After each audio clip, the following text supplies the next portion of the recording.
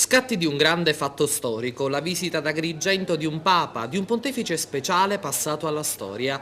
È il maggio 93 quando Giovanni Paolo II arriva ad Agrigento. Diretto, immediato e commovente il suo messaggio davanti ad un'oceanica folla in piazza Vittorio Emanuele. Saluto te, Agrigento, città di antichissima civiltà, madre di menti eccelse e di cuori generosi.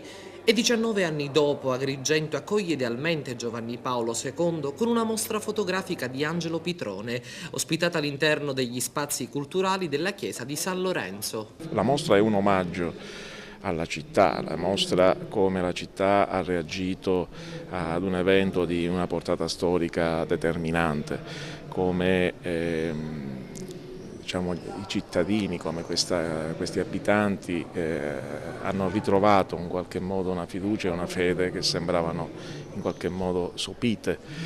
Le immagini cercano di raccontare tutto questo, cercano di raccontare un momento che spero possa ritrovarsi nel futuro di questa città. Sono gli scatti di Angelo Petrone e ripercorrono appunto come la città si è preparata all'evento. Abbiamo voluto dare questo taglio alla mostra. Ecco, nella mostra non compare il Papa, ci sono invece gli agrigentini che si preparano alla visita del Papa, ci sono volti, ci sono le immagini appunto dei vari momenti in piazza Vittorio Emanuele con i giovani allo Stadio Estaneto, in piazza Seminario, col mondo imprenditoriale e soprattutto al piano San Gregorio, lì dove il Papa appunto tuonò contro la mafia, mafiosi convertitevi, ma il messaggio di Giovanni Paolo II non è solo quello ad Agrigento, ha esortato i giovani a rialzarsi, a prendere in mano il loro futuro, ha esortato la Chiesa agrigentina ad essere intrepida nella fede, ha esortato il mondo imprenditoriale